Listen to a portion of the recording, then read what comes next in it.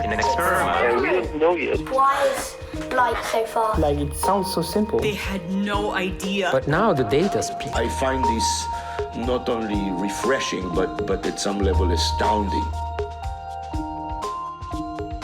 Nature. Welcome back to the Nature Podcast. This week, delivering drugs through the skin without needles. And how noise becomes language. I'm Nick Petrichow. And I'm Shamini Bundell.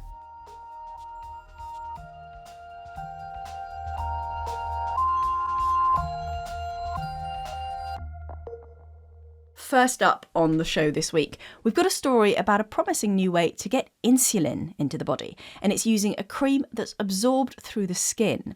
It's early in development, but this method could ultimately offer an alternative to the vital and often frequent insulin injections that many folk need to manage their diabetes. Here's reporter Benjamin Thompson with the story. Diabetes can, if left unchecked, cause serious health issues, even death. For many people, controlling the elevated blood glucose levels associated with the condition requires regular self-injections of the hormone insulin, which prompts tissues in the body to remove glucose from the blood and store it. But these injections can be inconvenient, to say the least, and pain and phobia of needles can make folk reluctant to inject themselves. To get around this, researchers have been looking for other ways to get insulin into the people who need it. One of these ways is by getting it in through the skin. Delivering therapies by this method, sometimes called transdermal drug delivery, has worked for several different drugs, using things like patches stuck to the skin. But this route only really works for small molecule drugs. Larger drugs, such as insulin, still need to be delivered via injection. And that's because evolution has come up with a very good barrier to prevent things on the outside getting in. Our body is well protected by skin to isolate us from outside.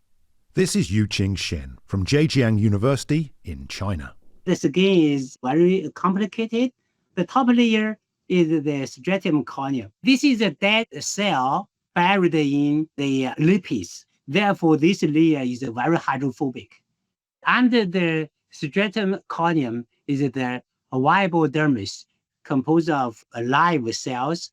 This is a very hydrophilic environment. And this double whammy of the hydrophobic stratum corneum layer on the outermost part of the skin, covering the hydrophilic viable epidermis underneath, makes things tough for delivering large drugs transdermally.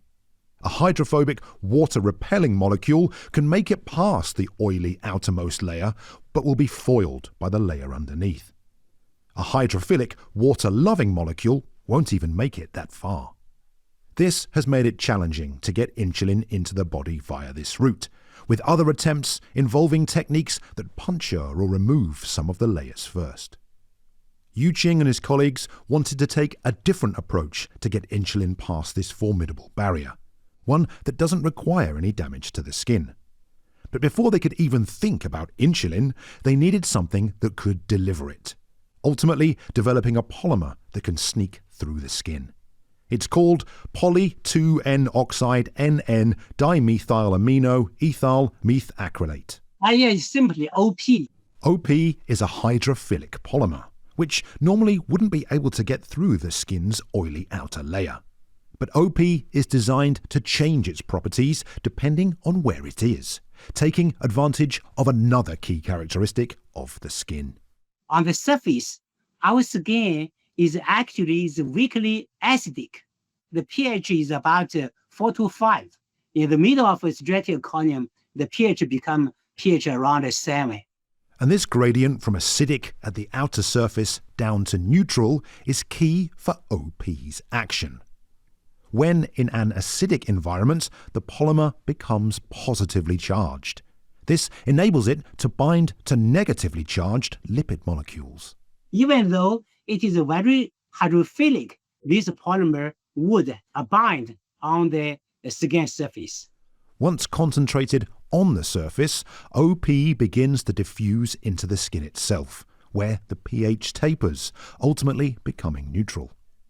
At this neutral pH, OP loses its positive charge and lets go of the lipids. Now, this water-loving polymer is in a watery environment and able to make its way into circulation around the body. With their delivery system in hand, the team needed to attach a cargo. In lab tests, they showed that insulin attached to OP, which they call OPI, was still able to function. To see how it worked at controlling blood sugar levels, they performed various animal tests. Specifically, they looked at animal analogues of type 1 diabetes, which in humans is characterized by the inability of the body to make insulin. In mice, the team found that OPI applied to the skin quickly got to work. Within 30 minutes, the glucose level would be lowered from 250 milligram per decimal liter to below 200, considered to be normal. Furtherly, after 1 hour, the glucose level reached around 100. This is a perfect level of the blood glucose. Yuqing says that this performance is almost as quick as injected insulin, and that the transdermal OPI accumulated in skeletal muscles, fat tissues, and the liver, key sites for the uptake of glucose from the blood. But of course, a mouse is not a human, so the team moved to test OPI on mini pigs, animals with skin that's closer in structure to ours. We just mirror cream on the stomach skin of the mini pig. Within 2 hours, the glucose level reached the normal, around 100 milligram per decimal liter. OPI worked slower in the pigs than the mice, likely because the pig skin has a much thicker layer of fat. Yuqing says that OPI caused no irritation or damage to the structure of the skin in the pigs, and a single application lasted a long time. Right now, the very preliminary formulation, it can maintain glucose level to normal range at least 12 hours. Yuqing hopes they can improve on the formulation to get it past the 12-hour mark, and says it would be great to get it to work for a full 24-hour period.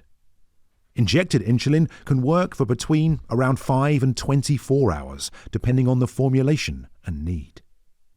However, despite the promise that using their newly developed polymer OP to deliver insulin has shown in this work, there are still a lot of questions surrounding things like safety that will need to be answered before it can be used in humans. We evaluated this polymer. There's no sign of any kind of toxicities, but we need to do more on this. We have to know the long-term safety. Second is how to make the dose more accurate. That's very important because insulin is very potent. Taking too much insulin can be very dangerous, and this is where injections currently have a clear advantage in terms of controlled dosage. Answering these questions is the next step for Yuqing and the team. He hopes that ultimately, if successful, their system will help lift some of the injection burden off of those who need regular insulin to control their condition. But beyond that, he also hopes their method could be adjusted to carry other cargo, perhaps GLP-1 weight loss drugs or other large therapeutic molecules. For this work, we try to demonstrate that the carrier, the polymer OP, can indeed quickly and efficiently penetrate through the skin into the body. We use this insulin to show the efficiency. This maybe open a new way for the delivery of biomicromolecules. That was Yuqing Shen from Zhejiang University in China. To read his paper, head over to the show notes for a link. Coming up, neuroscientists have been figuring out how our brains interpret language. Right now, though, it's time for the research highlights. We've done, folks. What would humanity's biggest challenge be in the years following a huge volcanic eruption? Extreme drought, according to a team of researchers. Large volcanic eruptions can drastically lower global temperatures if the sulfur they spew out forms enough aerosol particles to block considerable amounts of sunlight. Now scientists have looked at what other effects eruptions of various sizes could have. Using a climate model, the team simulated eruptions that injected up to 160 million tons of sulfur into the stratosphere. They saw that for eruptions that injected up to 40 million tons of sulfur, the planet cooled. But with larger eruptions, that cooling effect didn't become more pronounced. Global rainfall, however, continued to decline as the size of eruptions increased, something the authors say could pose the greatest global scale threat after super eruptions. Read that research in full in Geophysical Research Letters. A few genetic tweaks can turn a bacterium into a miniature pigment factory. Xanthomatin is a pigment that creates vibrant colours and patterns on butterfly wings and allows octopuses to change colours to camouflage themselves. Its colour-shifting properties are attracting increased interest for applications in cosmetics, skincare products, sensors and displays. Researchers modified a soil bacterium to produce the pigment by engineering a gap in its metabolic cycle that it could fill only by making xanthomatin. The bacterium had to make the pigment to stay alive and grow, a reinforcing mechanism that boosted production of the pigment. The authors say that the approach might be used for bioproduction of other natural products from bacteria as well. You can find that paper in Nature Biotechnology.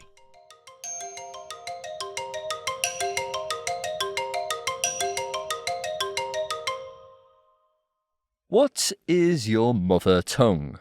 Mine is English, but my wife's is Serbian, and I've been learning her language for quite some time, and you may have heard me speak it in the previous week's podcast. Kakav mój serbski, reci mi. I'm getting there, but I still have a ways to go. It's such a different language, I feel as though I'm having to retrain my brain.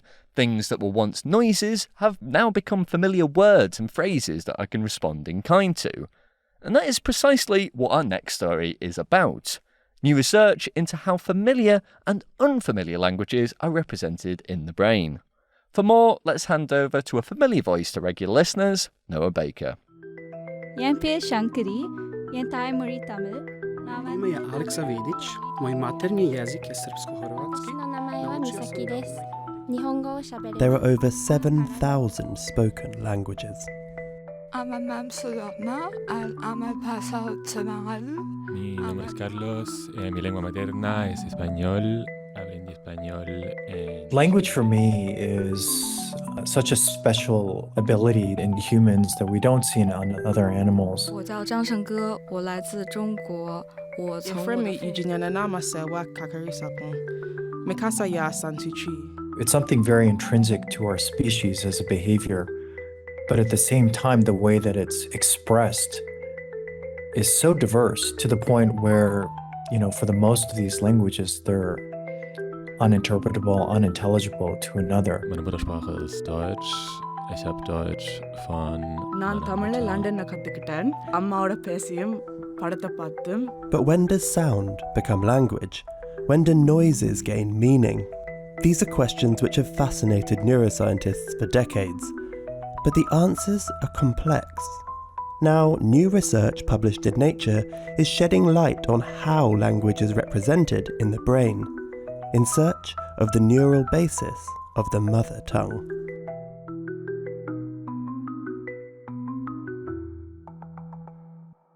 When I hear a language I'm not familiar with, it's just noise to me. This is Shankari Shankar. She's a science communication master's student at University College London. It makes no sort of connections. I don't feel anything towards it. I don't feel the need to acknowledge it or participate towards it. But if I hear Tamil anywhere in the room remotely, it's an instant connection. I can recognize it almost instantly, and it just draws to me. When I started investigating this story, I was in the midst of teaching at UCL. And my students, like Shankari, came from all over the world. And so I thought I'd start by asking them a bit about their experiences of language. In particular, what it feels like to hear a language they understand versus one that they don't. I don't think much about the language if I don't understand it. It kind of just sounds like music to me. When it comes to languages that are nearby mine, so in the Germanic or the Slavic groups, I'm frequently reaching for things that are similar and trying to make sense of a kind of puzzle. But when it's a completely foreign language, like a tonal language, I'm really lost in the musicality of it. I'll see someone who might be Tamil, might not be, but then it's not until I hear them speak the tongue that I'm like, I literally I turn into a hound. I can feel like my ears turn. I'm like, oh, yep. Well, the languages I do understand, I don't have to think through it to understand. I guess when another language comes, yeah, it's just really lovely to listen to, to me, yeah. These were common threads that came across. Often, my students felt like they could identify when a sound was language, even enjoy listening to it, but unless they spoke the language, it carried little meaning. Many described unfamiliar languages as being akin to music. And yet, when they hear their own language, immediately something changes. Unconsciously, they tune into more. So what happens to change this perception?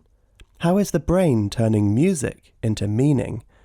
These are the kinds of questions that neuroscientists like Eddie Chang have been asking for some time. My name is Eddie Chang. I'm a neurosurgeon at the University of California, San Francisco. Eddie and his team are dedicated to understanding the myriad factors involved in language representation in the brain. The one that we're particularly focused on right now is trying to understand really what aspects of languages are shared across different languages. For example, between what you recognize and what you can interpret in your own native language versus when you're listening to a foreign language. When trying to compare elements of language, a sensible place to start is with the building blocks, phonemes.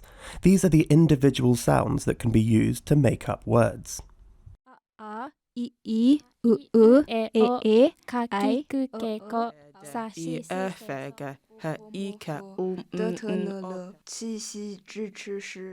Those are the basic, phonological constructions of speech. And then how those are assembled is syllables.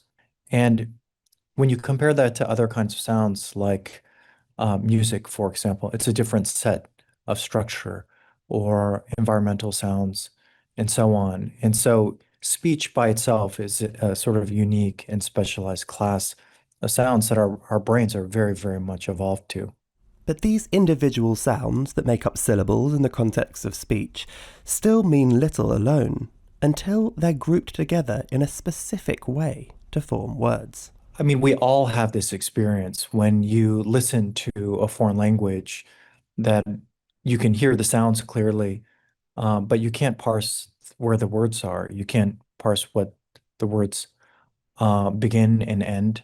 For example, take these two sounds, s, a. Put them together on a loop, and suddenly words can appear. Here's another one, this time with the sounds ter and bo. And I think that that's a very interesting challenge because in most languages that are, when you have continuous speech, we don't have little spaces between all of the words. Many times, these words run together. In fact, many times there's spaces within words, just as much as there are spaces and pauses between the words. And so our brain is effectively taking this continuous signal and then chunking it into word-sized bits. And it seems like this is something that's very specific to your native language. It's essentially what you learn to do. It's a very complex piece of processing, made even more complicated when you get into the details. For example, the two excerpts I played you earlier. These are both stimuli which Eddie and his team have used in other studies. But to an English speaker's ear, there are multiple different words that can be gleaned. Say can become ace, or even says. Turbo can become boater.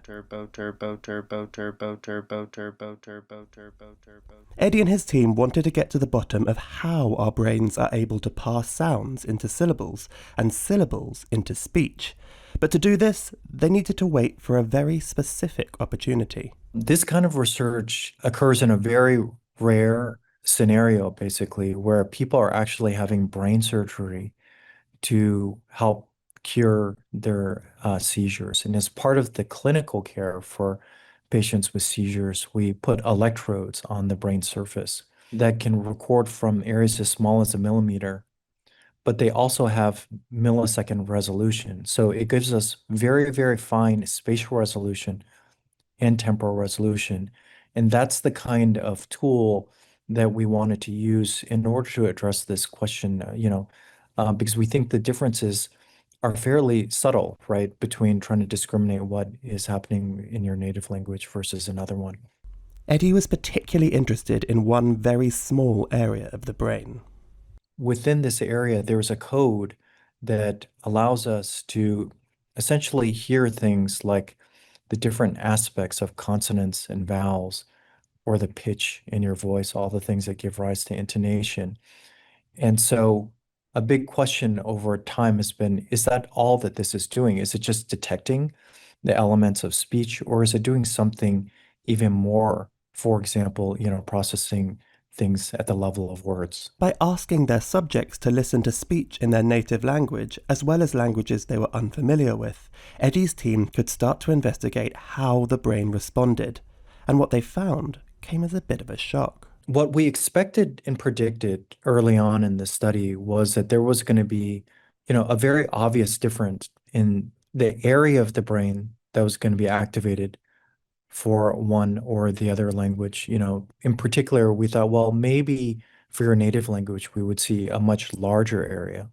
And we saw neither. And so what was surprising to us actually was that regardless if you were listening to your native or foreign language, actually the brain activity looked remarkably similar. When you looked at the magnitude of the responses, which is how big the responses were, when you looked at what part of the brain and the extent of its action, it looked remarkably similar between the two at the level of processing individual consonants and vowels. It appeared that the individual building blocks of language were represented in a remarkably similar way in the brain, regardless of linguistic experience. There's something about language which is shared amongst all of us. And yet, the experience of hearing a language you know versus a language you don't is wildly different. So Eddie wanted to understand what else was going on. They looked even deeper. When you see these areas of the brain respond to speech, we can measure, the electrical activity. And basically, we would have this signal that goes up and down, kind of fluctuating. And when it's to a foreign language, it's fairly continuous, like just modulating up and down. In contrast, when you're actually listening to continuous speech of your native language, what we saw was that the neural activity would actually dip, it would drop between every successive word. And basically what we see happening is that it's no longer a continuous signal like it is when it enters our ear, but the brain is actually parsing the signal into those word units. While each sound may be represented somewhat universally, the way that those sounds are passed into words is really distinctive and unique to the person's experience. And importantly, it's the same part of the brain that's doing both of these jobs. This one area that is involved in not only processing the consonants and vowels is also processing at a word level. It's also recognizing, something that we once thought was like happening perhaps in a different brain area that was adjacent, but it turns out that it's all integrated in one area. These things may be a lot more integrated than we ever imagined. And it could be the reason why when we hear our native language, we more or less automatically hear words. It's not like, we can experience the individual phonetic elements. We really just perceive them as words, and it's quite automatic. And it's one of the really amazing things about the way that we hear. But what about people that speak more than one language? Well, Eddie and his team also looked at that and found yet more surprises. We also had the opportunity to look at people who were bilingual and also different levels of how good they were. And what's really fascinating about this is that it's this one area, the superior temporal gyrus, that is processing both languages, both your first and second language, which is really remarkable to think about because it has to essentially have a code that is, become specialized. There's going to be a lot of future work that we need to do to understand how can you have two codes that exist in the same part of neural machinery. neuroscientists have still just scratched the surface of how hearing people understand and reproduce spoken language in the brain. But what appears clear is that the nuance of spoken language can be attributed to a deeply interlinked and integrated combination of innate ability and an even more complicated web of experience and learning. You know, we're all born with the ability to hear the vast majority of the speech sounds of any language. And then through our experience, that becomes more and more refined and specialized. So it's certainly true that what is innate is that we have the machinery. The other thing that's innate is that this machinery has extraordinary plasticity for learning. And on top of that, it also has a capacity to not only learn, but recognize not only the elements of speech and their uniquenesses for different languages, but also the longer elements of speech, these things that give rise to words as sound sequences. And this happens probably even without meaning, right? It's probably, likely that we're recognizing words before we even know what many of them even mean. What we've done now is look at the consequences of all of that learning, the effects of all of that learning directly from the brain. G, D, J, E, J, Z, I, J, K, L, L, M, N, N, O, P, R, S, T, Č, U, F, H, C, Č, J, Š. This podcast segment was produced by Noah Baker and featured the voice and work of Eddie Chang from the University of California, San Francisco in the US. Auditory stimulus excerpts were from another paper published by Eddie's team in Neuron. You also heard from Shankari Shankra, Eugenia Sarpong, Vinusha Srimukunthan, Alex Vidic, Carlos Boca, Yang Wu, Shengu Jung, Misaki Azuma Jamko, and Sulanga Chatterjee from University College London here in the UK. To read more, look out for a link in the show notes. Finally on the show, it's time for the briefing chat, where we're going to discuss a couple of stories we've read in the Nature Briefing, Nature's daily email roundup of science news. So, Nick, what have you picked this time? Well, I'm sure that many of our listeners are interested in science and therefore interested in climate change, and it probably will not have escaped their notice that COP30 is going on at the moment in Brazil. This is the UN's annual conference where all the world leaders get together and decide what we need to do about climate change. So I've been reading a story in Nature related to that about when emissions will peak. So a lot of people at previous COPs have been putting in a lot of work to try and stop emissions rising. So presumably if they are going to peak, that means they will start reducing, which is kind of what we want. But is that going to be anytime soon? That is the big question. It's unclear exactly when emissions will peak, and if they do, whether it will be soon enough, and also what happens after they peak, because peaking is one thing, but that still means we have a lot of emissions. What we need to do is for them to go down, and eventually we need negative emissions. We need to pull some carbon dioxide out of the atmosphere to try and cool things down a bit, because as our current trajectory is to go past the 1.5 degrees, which was the big target that was agreed in Paris that people may remember. So yeah, the question of whether and when is quite hard to work out. There's a lot of uncertainties in there. The world is a big system. There's a lot of different countries, a lot of different things going on. And a lot of it will depend on China, because China is now responsible for a third of the world's emissions.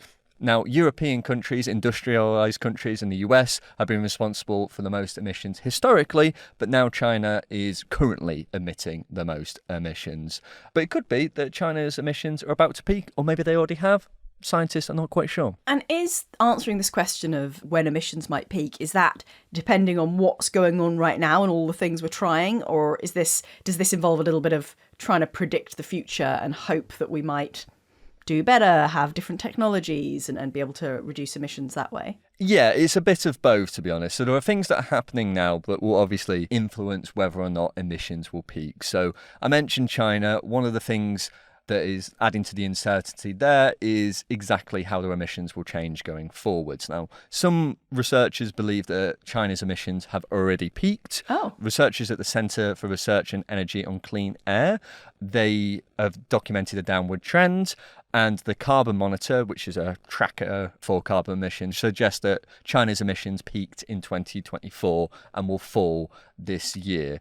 Some of that may be down to a decline in demand for cement and steel because China's real estate market has collapsed. So people are not building as many houses, and that's resulted in less demand for these things, which are very carbon intensive. Cement and steel are particularly carbon hungry. But other researchers say that they may go up again, things could change. But for its part, China has really put a lot of effort into renewable energies, and it is the world leader in sort of solar panels and these sort of more renewable energies that could really make a difference here. And what about the other big emitters? Well, there's obviously a big question mark about the US, and it's unclear exactly what will happen. Industrialized nations, including the US, have been declining in their emissions for some time, and that is a positive trend. The question mark is over the developing nations, and the places like India and China have had rapid economic development, which has been great for lifting people out of poverty, but also not great for, trying to rein in emissions. The difficulty is that obviously we want people to be lifted out of poverty, and, it's good that places are developed, but it will be better if obviously there's not the resultant increase carbon emissions as well. And that has often been the debate at COPs and things like that, and how do we avoid that and who pays for it if we do. There's been a lot of effort to try and get richer nations who have benefited from producing a lot of these emissions to then pay to help these developing nations increase their ability to produce energy and lift people out of poverty without also, burning lots of coal and things like that. And coal is the real big culprit of emissions. Like in China, it's where most of their emissions are coming from, and India as well. They use quite a bit of coal because it's a very cheap energy source. So yeah, it'll be things like that that will be the things that will need to be. There are also other things other than coal, like deforestation and stuff, that we need to rein in. And is this story all people saying, oh, well, there's lots of factors, or is anyone actually putting any possible numbers on this? Who is making some predictions here, and what are they? Yeah, there's a few different predictions, and as I say, it depends on all of these factors, so there is uncertainties. But there is a projection by Climate Analytics, a non-profit consultancy, who they think it will be around 2030. They don't see it's happening before, but 2030 will be when there is a peak. And another commentator has suggested that it might happen in 2035, because that's when they believe that China's emissions will peak. And when China's emissions peak, they predict that world's emissions will peak. So yeah, some uncertainties. Possibly in the next few years, which is good. We want emissions to peak. The question will be what happens after, because after they peak, they need to start coming down. If we want to try and keep warming within 1.5 degrees, there's a lot more that needs to be done.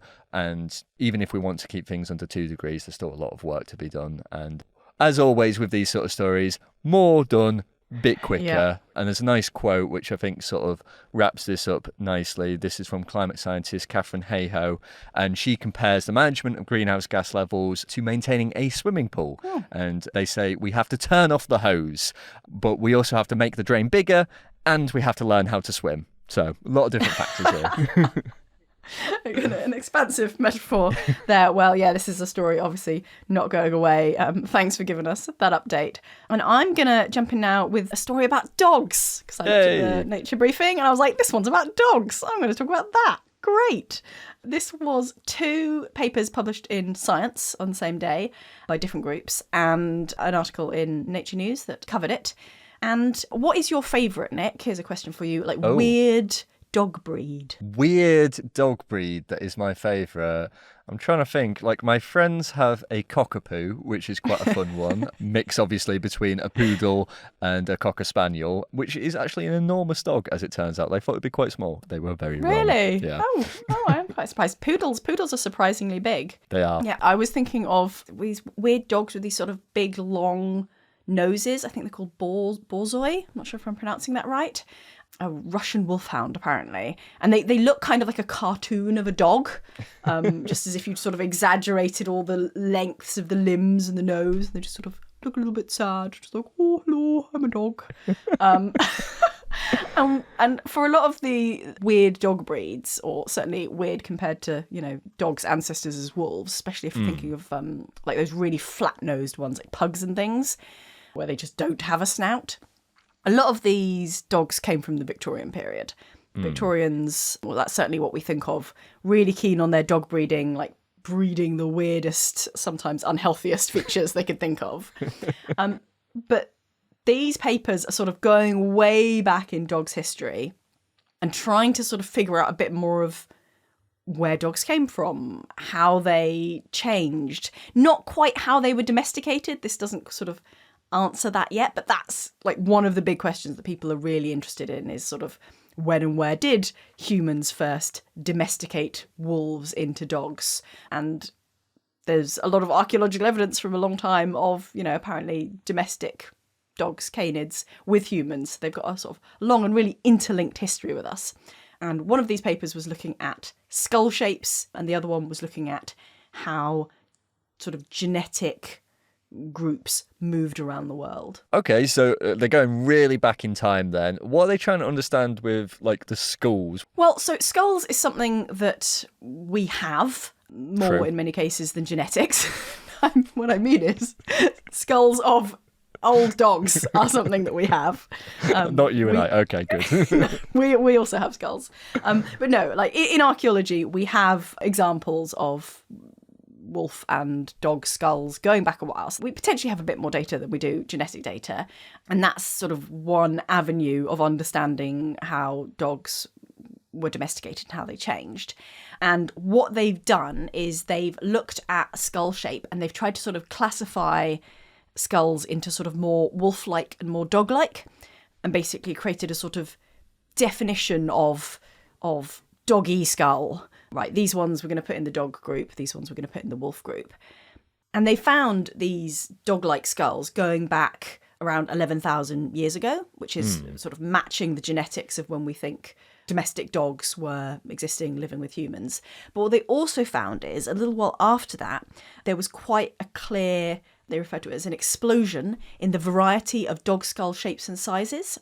And actually, what they sort of found, which was quite surprising to them, is that the diversity of dog shapes happened quite early. There was a lot of it going on, this was obviously well before the Victorian period, and that there was this sort of branching out different types of shapes, which might suggest that even then, maybe people were breeding dogs on purpose, maybe people were adapting them to different needs, whether it's hunting or safety or companionship. So this sort of pushes back sort of what we know about the richness of different varieties of domestic dogs. Yeah, because I've always imagined, like you say, that like dogs were pretty sort of similar-ish, and then the Victorians came along and then like, nah, none of this, we want loads of different kinds. But actually, it sounds like from the very earliest times that dogs were domesticated, humans were doing what humans do and breeding them for various purposes. Yeah, although it's really hard. This is so hard. What I got from reading the paper on this one was that it's so hard to really figure out what was going on, like just from skulls, for example, because, I said there's like, here's the dog category, here's the wolf category. There are plenty of examples of modern dogs whose skulls fit into the wolf category. Right? You cannot just draw a line and distinguish what is dog, what is wolf. It's all mixed up together. And this is part of why it's been so hard to try and disentangle where domestic dogs originally came from. Yes, but I also remember you saying that there was a second paper. So does the second paper shed any light on this? No, it doesn't. I'm sorry. No. This is an anticlimax now, but it is a very interesting paper. This one is about humans and dogs and sort of where they go in the world. So this one is genetics, so necessarily far fewer. They sequenced the genomes of 17 dogs from the past 10,000 years, compared them with previously published genomes from around this time, and they saw a pattern where different human ancestries were associated with particular dog populations. So, the humans who live in a certain place, a certain sort of strain of dogs also live in that certain place. But what's really nice is that they can see that when human populations moved, they took the dogs with them. So you've got the people from northeastern Siberia, for example, sort of spreading out, and you can see like, the dogs from the areas that they've now settled in also have that same ancestry of Arctic dogs, for example. I mean, that's kind of sweet in a way. I mean, I guess it makes sense that the dogs would go with the humans, but I am maybe imagining this as like, they're their dear pets and they wanted to take them with them. I don't know if that's quite the case, but that's certainly what I'm imagining. I suppose we don't know for sure, but I think there's a lot of archaeological questions on that, on sort of what people's attitudes towards their pet and or working creatures would have been. And then the other thing that they sort of saw in some examples in this genetic study was sometimes you don't have that matching sort of genetic location-based ancestry. So they think that in situations where there's this disconnect, it might be a sign of dogs being traded between human populations and sent to different places. So again, sort of suggests, you've got these different types of dogs which might have different features and attributes, and those would have been then maybe found to be really useful and started to spread to different places even without their owners, their humans. And this does still speak to that question of like, where did the dogs come from? Where did dogs get domesticated?